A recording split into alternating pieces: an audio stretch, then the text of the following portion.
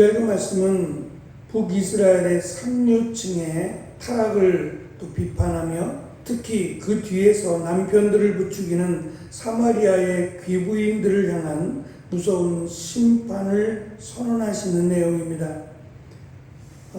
본문은 1절에서 범죄를 고발하고 2절과 3절에서 이에 따른 심판의 선고가 이루어지고 있으며 당시 사회의 부패가 얼마나 심각했는지를 생생하게 드러내고 있습니다. 먼저 아모스 선지자는 사마리아의 귀부인들을 바산의 암소들이라고 칭합니다. 요단강 동편에 위치한 바산 지역은 비옥한 목초지로 유명했고 또 그곳에 살찐 소들이 많이 나는 곳이었습니다. 이 비유는 사마리아의 상류층 여인들이 약탈과 착취를 통해 살찌고 안일한 삶을 살았음을 단적으로 드러냅니다. 그들의 죄악은 세 가지입니다. 먼저 힘없는 사람들을 학대하고 압제했다는 겁니다. 남편들의 권력과 사회적 지위를 남용해서 고아나 과부와 나그네와 같은 사회적 약자들을 압제하고 협박하여 부당한 재물을 축적했습니다. 결국 그들이 누린 부는 약자들의 고통과 눈물 위에 세워진 것이었습니다. 두 번째, 탐욕과 향락의 삶입니다. 백성들은 고통이 있는데 이들은 오직 술과 사치에 취해 살아가고 있었습니다. 세 번째는 남편들을 좌우하며 불의를 조장했다는 점입니다.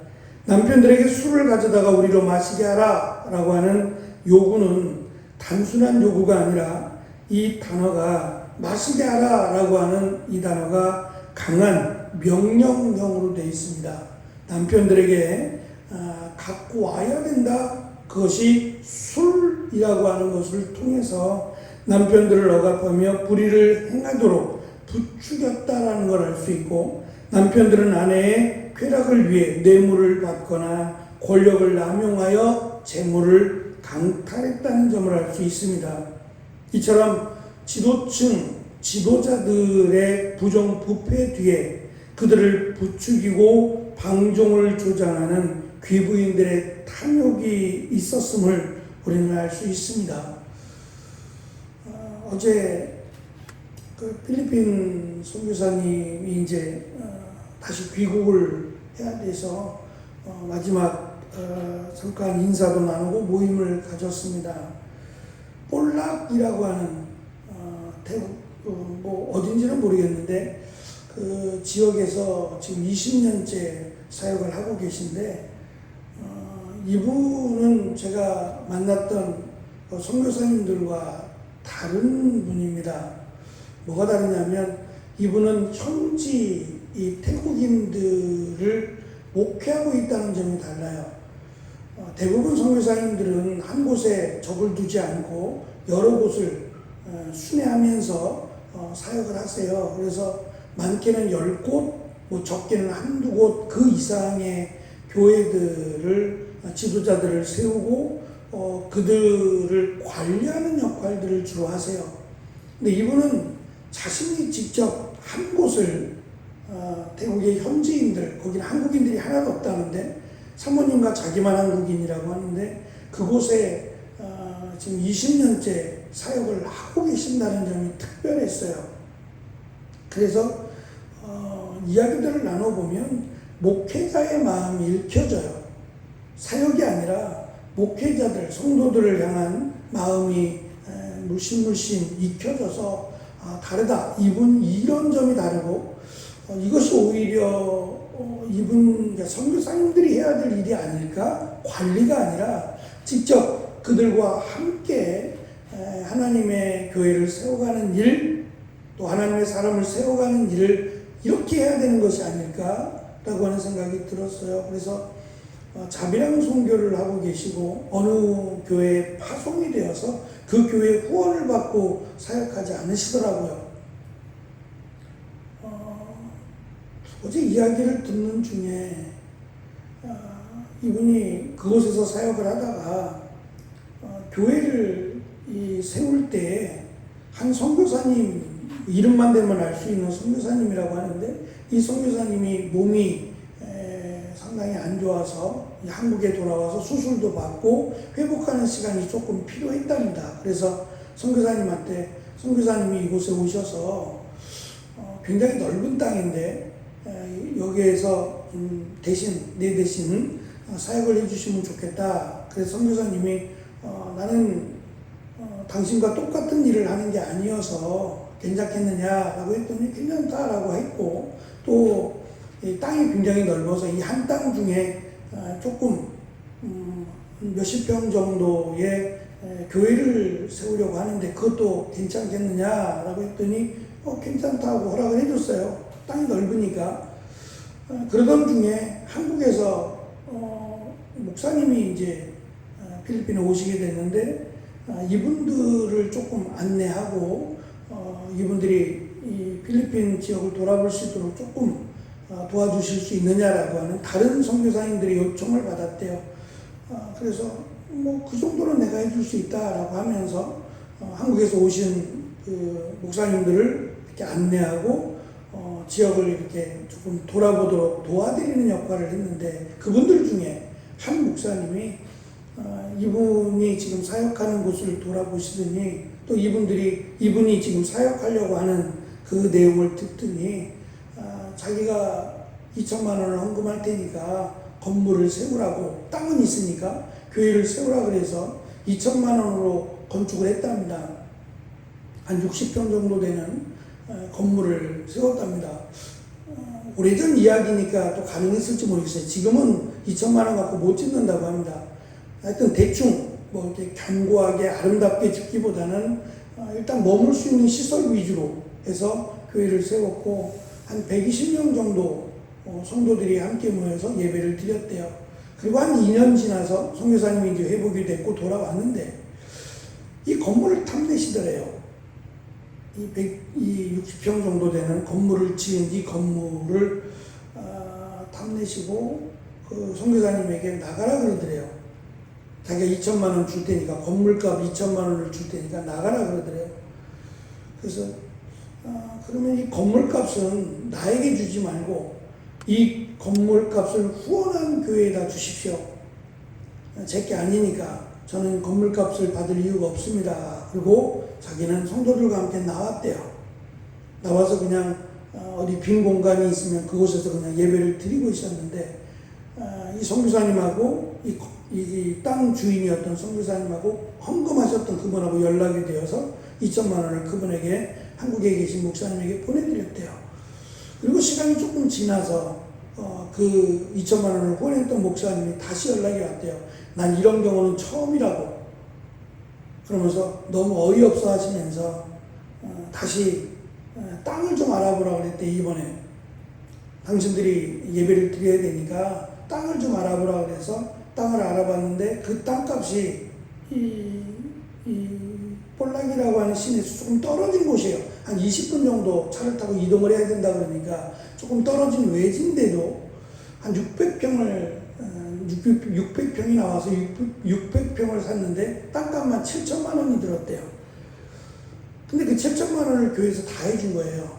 대신 건축은 못 해주겠다.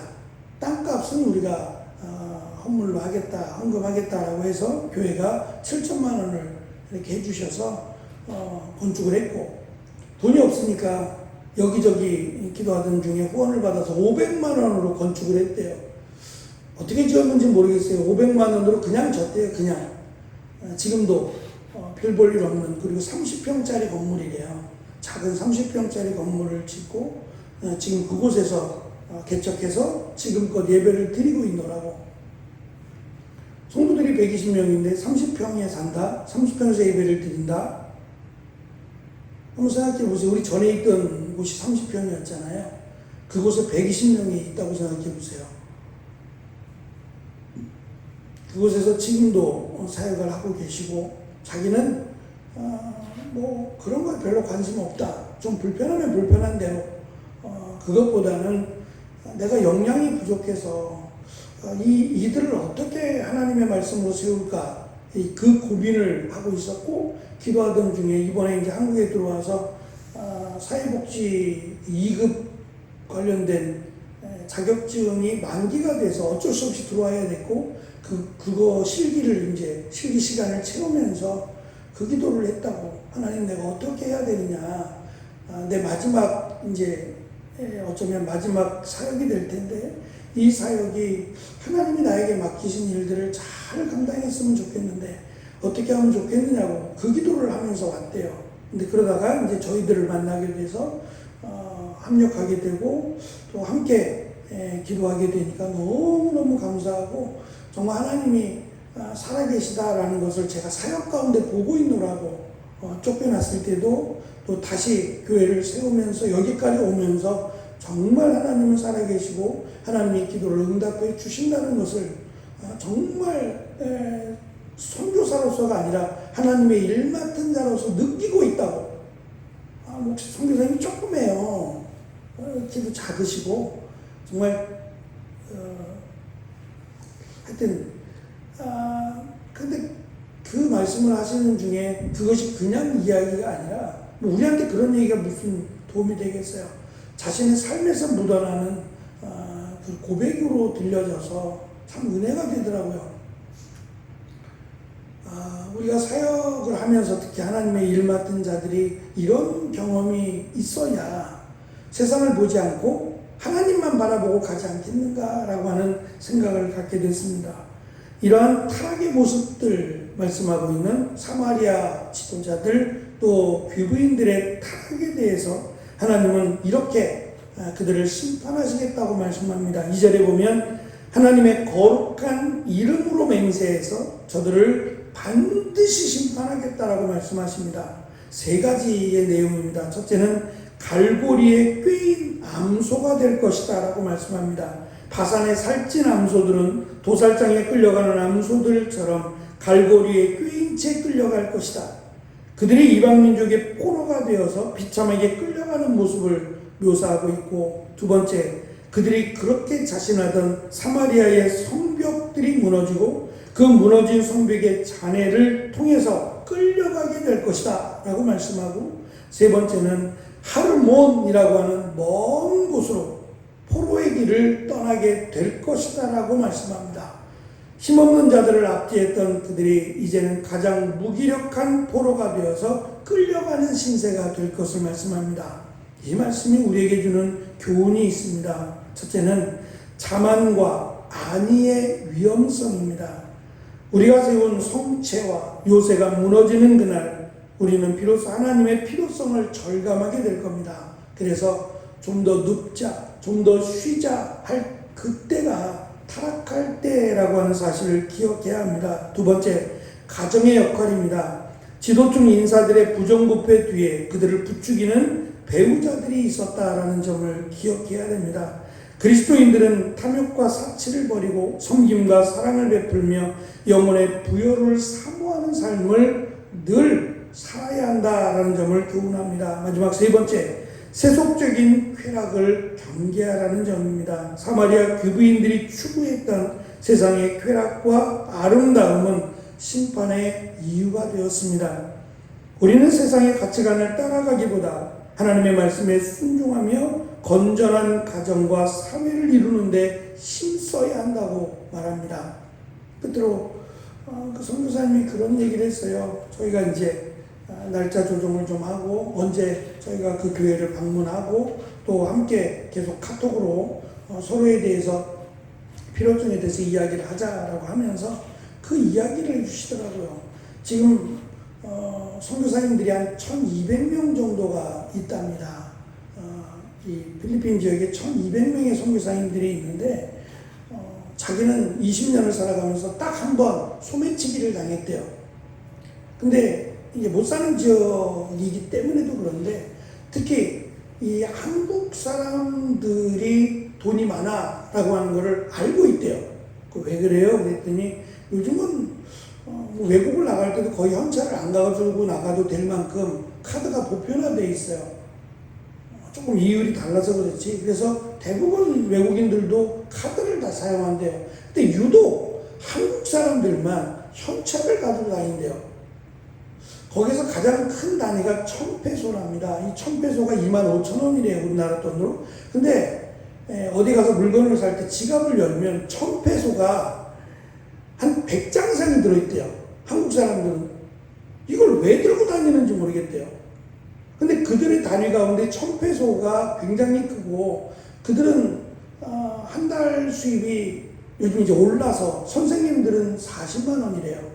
그리고 보통 일반인들은 20만 원대래요. 한 달 월급이 20만 원대인데 그 25,000원 되는 1000페소가 100장씩 이렇게 주머니에 넣고 다니는 걸 보면 무슨 생각을 하겠느냐고. 왜 이렇게 미련하게 이 필리핀이라고 하는 나라를 오는지 모르겠다고. 가져가세요 라고 하는 거와 똑같지 않겠냐고. 그냥 필요한 대로 조금씩 꺼내 쓰면 될 일을 왜 그렇게 미련스럽게 현찰을 선호하는지 모르겠다고.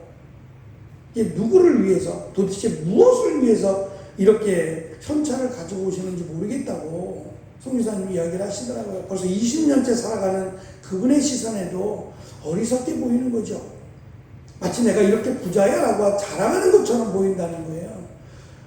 그러면 못 사는 사람들의 입장에서 그 1000페소가 가장 큰 화폐인데 그걸 그렇게 뭉텅이로 가지고 다니는 그것을 바라보면서 그들이 무슨 생각을 하겠는가 라고 하는 따끔한 지적을 말씀하시더라고요. 과연 우리는 하나님을 믿고 섬기면서 이러한 외적인 모습은 없는지, 내가 하나님 앞에서 어떻게 살아가고 있는지가 결국 하나님의 심판을 가져오게 된다는 점도 우리에게 교훈하고 있습니다.